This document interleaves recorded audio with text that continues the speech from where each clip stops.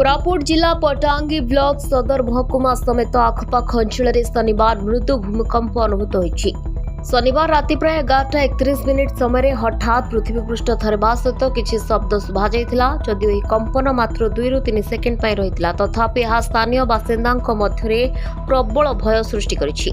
भूकंप जोगु लोके घरु बाहर को चली आसिथिबा देखिबाक मिलिथिला।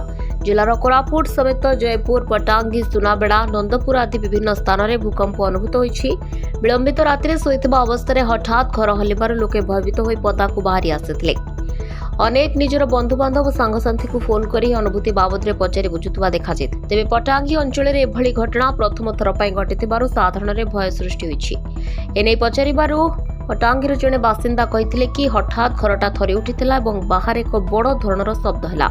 आमे किछि बुझिबा पूर्वरु सब शांत हो जाइथिला, किंतु भयरे आमे बाहर को पळाई आसिलु। तेबे अंचल में कौनसी प्रकार धन जीवन हानि होतिबार खबर मिली नाही, किंतु ए प्राकृतिक विपर्यय स्थानीय लोकंक पई चर्चार विषय पलटिछि।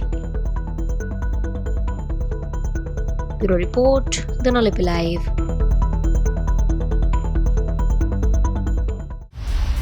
दिनलिपि लाइव को एबे ही लाइक, शेयर, सब्सक्राइब करंतु।